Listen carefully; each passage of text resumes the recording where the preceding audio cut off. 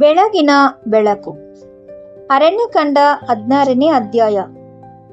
ಪಾಳ್ಯದಲ್ಲಿ ಉಂಟಾದ ದಂಗೆ ಭಾಗ 6. ನಾವು ಈಗಾಗಲೇ ಕೊರಹ ಹಾಗೂ ನಂತರ ದಾತಾನ್ ಅಬಿರಾಮರು ಮೋಶೆ ಮತ್ತು ಆರೋನರ ವಿರುದ್ಧ ಹೇಗೆ ದಂಗೆ ಎದ್ದರು ಎಂಬುದನ್ನು ಅಭ್ಯಾಸ ಮಾಡಿದ್ದೇವೆ. ಆದರೆ ಅವರ ದಂಗೆಯು ಕೇವಲ ಕೆಲವು ಮಂದಿಯ ದಂಗೆಯಾಗಿ ಉಳಿಯಲಿಲ್ಲ.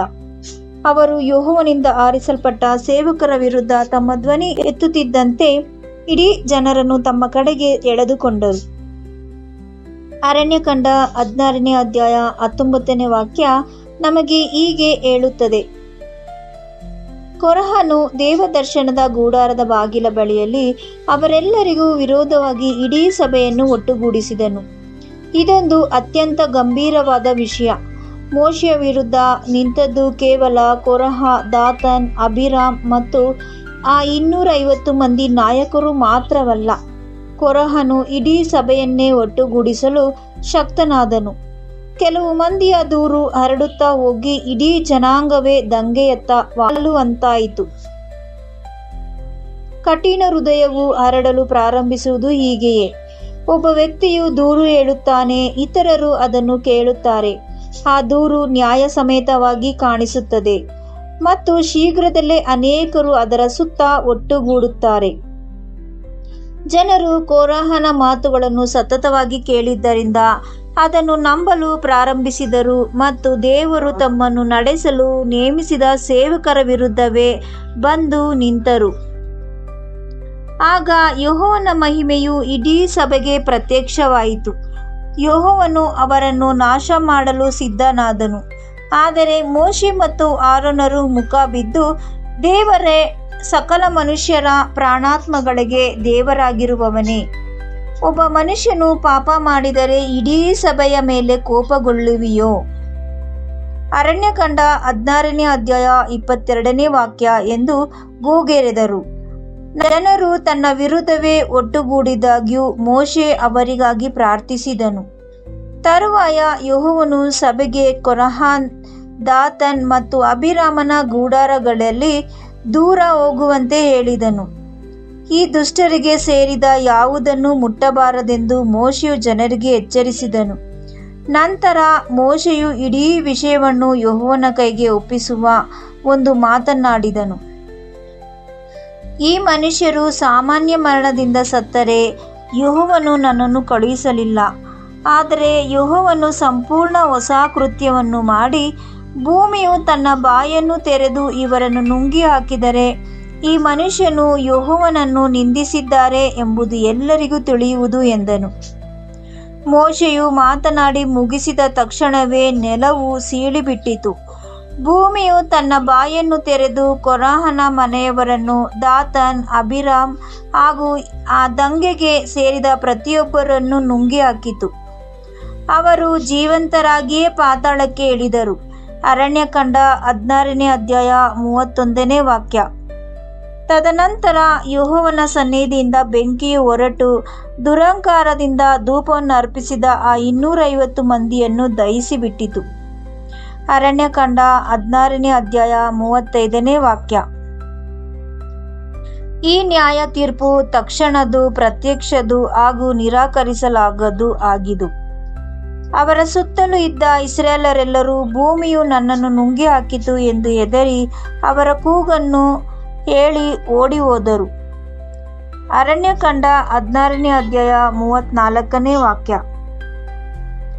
ಈಗ ಆ ಜನರು ತಮ್ಮ ಸ್ವಂತ ಕಣ್ಣುಗಳಿಂದ ತಾನೇ ನೋಡಿದ ವಿಷಯವನ್ನು ಗಮನಿಸಿ ಅವರು ನೆಲವನ್ನು ಸೀಳಿದ್ದನ್ನು ನೋಡಿದರು. ಮನುಷ್ಯರು ಜೀವಂತವಾಗಿ ನುಂಗಲ್ಪಟ್ಟದ್ದನ್ನು ನೋಡಿದರು. ಭೀಕರವಾದ ಕೂಗನ್ನು ಕೇಳಿದರು ಮತ್ತು ಯೆಹೋವನಿಂದ ಬೆಂಕಿಯು ಬಿದ್ದು 250 ಮಂದಿ ನಾಯಕರನ್ನು ಕ್ಷಣಾರ್ಧದಲ್ಲೇ ದಹಿಸಿದ್ದನ್ನು ನೋಡಿದರು. ಇಂತಹ ಭಯಂಕರವಾದ ನ್ಯಾಯ ತೀರ್ಪನ್ನು ಕಣ್ಣಾರೆ ಕಂಡು ಮೇಲಾದರೂ ಜನರು ಮತ್ತೆ ಎಂದಿಗೂ ದಂಗೆ ಏಳಲು ಧೈರ್ಯ ಮಾಡುವುದಿಲ್ಲವೇ? ಅವರ ಹೃದಯಗಳು ಯೆಹೋವನ ಭಯದಲ್ಲಿ ಕರಗಿ ಹೋಗಬೇಕಿತ್ತಲ್ಲವೇ? ಇಂತಹ ಭಯಂಕರವಾದ ನ್ಯಾಯ ತೀರ್ಪನ್ನು ಕಣ್ಣಾರೆ ಕಂಡ ಮೇಲಾದರೂ ಜನರು ಮತ್ತೆ ಎಂದಿಗೂ ದಂಗೆ ಏಳಲು ಧೈರ್ಯ ಮಾಡುವುದಿಲ್ಲವಲ್ಲವೇ? ಅವರ ಹೃದಯಗಳು ಯೆಹೋವನ ಭಯದಲ್ಲಿ ಕರಗಿ ಹೋಗಬೇಕಿತ್ತಲ್ಲವೇ? ಆದರೆ ವಾಕ್ಯ ಭಾಗವು ಅತ್ಯಂತ ಗಂಭೀರವಾಗುವುದು ಇಲ್ಲೇ.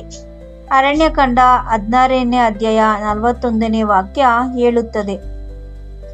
ಮಾರನೆಯ ದಿನ ಇಸ್ರಾಯೇಲ್ಯರು ಇಡೀ ಸಭೆಯ ಮೋಶೆ ಆರೋನರಿಗೆ ವಿರುದ್ಧವಾಗಿ ಗೊಣಗುಟ್ಟುತ್ತಾ, ನೀವು ಯೆಹೋವನ ಜನರನ್ನು ಸಾಯಿಸಿದ್ದೀರಿ ಎಂದರು. ಅದು ಹಲವು ದಿನಗಳ ನಂತರವಲ್ಲ, ಅತ್ಯಂತ ತಕ್ಷಣದ ಮರುದಿನ ಬೆಳಿಗ್ಗೆ. ತಮ್ಮ ನೆರೆಹೊರೆಯವರು ನುಂಗಲ್ಪಟ್ಟ ಭೂಮಿಯ ಮಣ್ಣು ಇನ್ನೂ ಹಸಿಯಾಗಿಯೇ ಇತ್ತು. ಬೆಂಕಿಯು ನೆನಪು ಮಾಡಲು ಒಂದು ದಿನವೂ ಆಗಿರಲಿಲ್ಲ. ಆದರೂ ಜನರು ಮತ್ತೆ ಎದ್ದು ನಿಂತರು. ಬೆಂಕಿಯ ನೆನಪು ಮಾಸಲು ಒಂದು ದಿನವೂ ಆಗಿರಲಿಲ್ಲ. ಆದರೂ ಜನರು ಮತ್ತೆ ಎದ್ದು ನಿಂತರು.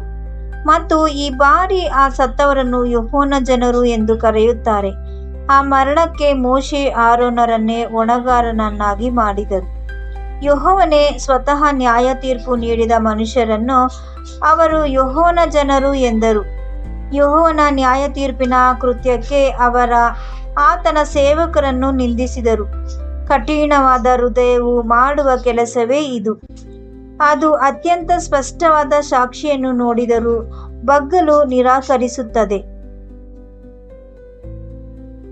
ಇದು ಹೇಗೆ ಸಾಧ್ಯವಾಯಿತು? ಜನರು ಇಂತಹ ಕಾರ್ಯಗಳನ್ನು ಕಂಡ ಮೇಲೆಯೂ ಬದಲಾಗದೆ ಉಳಿಯಲು ಹೇಗೆ ಸಾಧ್ಯ? ಅದಕ್ಕೆ ಉತ್ತರವೆಂದರೆ, ಕೇವಲ ಪವಾಡಗಳನ್ನು ಅಥವಾ ದೃಶ್ಯಗಳನ್ನು ನೋಡುವುದರಿಂದ ಕಠಿಣ ಹೃದಯವು ಮೃದುವಾಗುವುದಿಲ್ಲ. ಫರೋಹನು 10 ಕಷ್ಟಗಳನ್ನು ಕಂಡರೂ ತನ್ನ ಹೃದಯವನ್ನು ಪದೇ ಪದೇ ಕಠಿಣಗೊಳಿಸಿಕೊಂಡನು. ಈ ಇಸ್ರಾಯೇಲ್ಯರು ಭೂಮಿ ತೆರೆದುಕೊಂಡದ್ದನ್ನು ಕಂಡರೂ ಒಂದೇ ದಿನದಲ್ಲಿ ತಮ್ಮ ಹೃದಯವನ್ನು ಕಠಿಣಗೊಳಿಸಿಕೊಂಡರು. ಇದು ನಮಗೊಂದು ಗಂಭೀರವಾದ ಸತ್ಯವನ್ನು ಕಲಿಸುತ್ತದೆ. ದೇವರ ನ್ಯಾಯ ತೀರ್ಪನ್ನು ಕಣ್ಣಾರೆ ಸ್ವಯಂಚಾಲಿತವಾಗಿ ಹೃದಯವನ್ನು ಮೃದುಗೊಳಿಸುವುದಿಲ್ಲ. ಹೃದಯವು ಈಗಾಗಲೇ ಯೆಹೋವನಿಗೆ ವಿರುದ್ಧವಾಗಿ ನಿಂತಿದ್ದಾರೆ. ಅತ್ಯಂತ ಭಯಂಕರವಾದ ದೃಶ್ಯವನ್ನು ಉಲ್ಟಾ ಅರ್ಥೈಸಬಹುದು, ಕಹಿಯಿಂದ ನೋಡಬಹುದು ಅಥವಾ ಹೊಸ ಆರೋಪವನ್ನಾಗಿ ಮಾರ್ಪಡಿಸಬಹುದು. ಜನರು ಪಶ್ಚಾತ್ತಾಪದಲ್ಲಿ ಮುಖ ಬೀಳಲಿಲ್ಲ. ನಾವು ಪಾಪ ಮಾಡಿದೆವು ಎಂದು ಅವರು ಕರೆಯಲಿಲ್ಲ. ಬದಲಾಗಿ ನಿಂದಿಸಲು ಯಾರನ್ನಾದರೂ ಹುಡುಕಿಕೊಂಡರು. ಕಠಿಣ ಹೃದಯವು ಎಷ್ಟು ಬೇಗ ನೆನಪು ಕಳೆದುಕೊಳ್ಳುತ್ತದೆ ಎಂಬುದನ್ನು ಗಮನಿಸಿ. ಕೆಲವೇ ಗಂಟೆಗಳ ಮುಂಚೆ ಭೂಮಿ ನಮ್ಮನ್ನು ನುಂಗಿತು ಎಂದು ಇಡೀ ಪಾಳೆಯವನ್ನೇ ಭಯದಿಂದ ಓಡಿ ಹೋಗಿತು. ಆದರೆ ಮಾರನೆಯ ಬೆಳಿಗ್ಗೆ ಆ ಭಯವು ಕೋಪವಾಗಿ ಮಾರ್ಪಟ್ಟಿತು ಮತ್ತು ಆ ಕೋಪವು ತಮ್ಮ ಸ್ವಂತ ಪಾಪದ ಕಡೆಗೆ ತಿರುಗದೆ ಮೋಶೆ ಆರೋನರ ಕಡೆಗೆ ತಿರುಗಿತು. ಸತ್ಯವೇದವು ನಮಗೆ ಸ್ಪಷ್ಟವಾಗಿ ಎಚ್ಚರಿಸುತ್ತದೆ.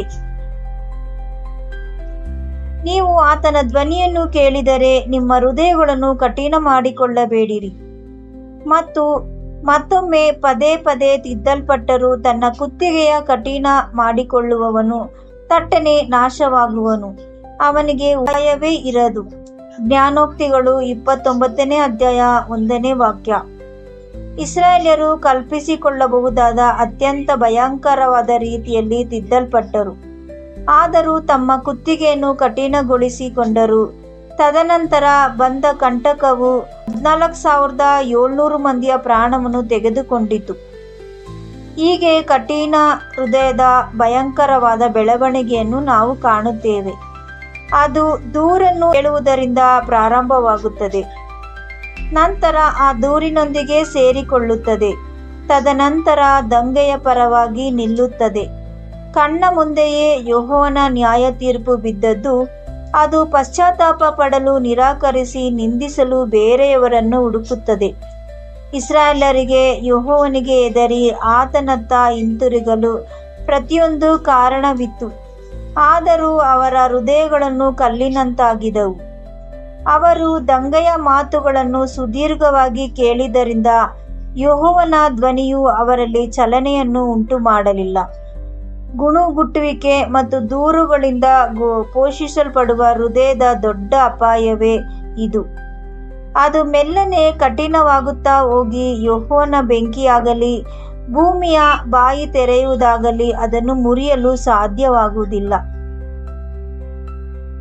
ಇದೊಂದು ಅತ್ಯಂತ ತೀವ್ರವಾದ ಆತ್ಮ ಪರೀಕ್ಷೆಯ ಪಾಠವಾಗಿದೆ ಮತ್ತು ಇದು ಇಸ್ರಾಯೇಲರಿಗೆ ಮಾತ್ರ ಸೇರಿದ್ದಲ್ಲ. ಇದೇ ಕಠಿಣತೆಯ ನಮ್ಮಲ್ಲೂ ಅತ್ಯಂತ ಶಾಂತವಾಗಿ ಬೆಳೆಯಬಹುದು. ನಮ್ಮ ಸುತ್ತಲಿನ ಲೋಕದಲ್ಲಿ ದೇವರ ನ್ಯಾಯ ತೀರ್ಪುಗಳನ್ನು ಕಂಡು ನಾವು ಅಲುಗಾಡದೆ ಉಳಿಯಬಹುದು. ಆತನ ಕೃತ್ಯಗಳನ್ನು ಕಂಡು ನಿಂದಿಸಲು ಬೇರೆಯವರನ್ನು ಹುಡುಕಬಹುದು. ನಾಳೆ ಯೆಹೋವನಿಗೆ ಚಿತ್ತವಿದ್ದರೆ ದೇವರ ಕೈಕೆಲಸ ಮಾಡುವುದನ್ನು ಕಂಡ ಮೇಲೆಯೂ ನೂತನ ಸೃಷ್ಟಿಯಾದ ನಾವು ಇಸ್ರಾಯೇಲರಂತೆ ಹೇಗೆ ಕಲ್ಲು ಹೃದಯಗಳಾಗಬಹುದು ಎಂಬುದನ್ನು ನಾವು ಸ್ವಂತ ಹೃದಯಗಳಲ್ಲಿ ಪರೀಕ್ಷಿಸಿ ನೋಡೋಣ. ಪ್ರಾರ್ಥನೆ. ಓ ಯೆಹೋವ ನಮ್ಮ ದೇವರೇ, ನಿನ್ನ ನ್ಯಾಯ ತೀರ್ಪುಗಳು ಸತ್ಯವಾದವುಗಳು ಮತ್ತು ನಿನ್ನ ಕೃಪೆಯು ದೊಡ್ಡದಾಗಿದೆ. ಜನರು ನಿನ್ನ ಪರಾಕ್ರಮವನ್ನು ಕಂಡು ಮಾರನೆಯ ಬೆಳಿಗ್ಗೆಯೇ ತಮ್ಮ ಹೃದಯಗಳನ್ನು ಕಠಿಣಗೊಳಿಸಿಕೊಂಡದ್ದನ್ನು ನೋಡಿ ನಾವು ನಡುಗುತ್ತೇವೆ. ನಿನ್ನ ಧ್ವನಿಯು ನಮ್ಮಲ್ಲಿ ಚಲನೆಯನ್ನು ಉಂಟು ಮಾಡುತ್ತದೆ. ದೂರುಗಳನ್ನು ಸುದೀರ್ಘವಾಗಿ ಕೇಳುವುದರಿಂದ ನಮ್ಮನ್ನು ಕಾಯ್ದುಕೋ. ಇಸ್ರಾಯೇಲ್ಯರು ಮೋಶೆ ಆರೋನರನ್ನು ನಿಂದಿಸಿದಂತೆ ನಮ್ಮ ಸ್ವಂತ ಪಾಪದ ಫಲಕ್ಕಾಗಿ ಇತರರನ್ನು ನಿಂದಿಸದಂತೆ ನಮ್ಮನ್ನು ರಕ್ಷಿಸು. ಇಂದು ಎಂದು ಕರೆಯಲ್ಪಡುವ ಸಮಯದಲ್ಲೇ ನಾವು ನಿನ್ನ ಧ್ವನಿಯನ್ನು ಕೇಳುವಂತೆ ನಮ್ಮ ಹೃದಯಗಳನ್ನು ಮೃದುಗೊಳಿಸು. ನಿನ್ನ ಗದರಿಕೆಯು ಕೆಳಗೆ ನಮ್ಮ ಕುತ್ತಿಗೆಯನ್ನು ಕಠಿಣಗೊಳಿಸದೆ ಅಡ್ಡ ಬಿದ್ದು ಸತ್ಯಕ್ಕಾಗಿ ಪಶ್ಚಾತ್ತಾಪ ಪಡುವಂತೆ ಮಾಡು. ಇಂದು ನೀವು ಆತನ ಧ್ವನಿಯನ್ನು ಕೇಳಿದರೆ ನಿಮ್ಮ ಹೃದಯಗಳನ್ನು ಕಠಿಣ ಮಾಡಿಕೊಳ್ಳಬೇಡಿರಿ. ಇಬ್ರಿಯರಿಗೆ 3ನೇ ಅಧ್ಯಾಯ 15ನೇ ವಾಕ್ಯ. ನಮ್ಮ ರಕ್ಷಕನಾದ ಕ್ರಿಸ್ತನ ಹೆಸರಿನಲ್ಲಿ ಪ್ರಾರ್ಥಿಸುತ್ತೇವೆ ನಮ್ಮ ಪರಮ ತಂದೆಯೇ, ಆಮೇನ್.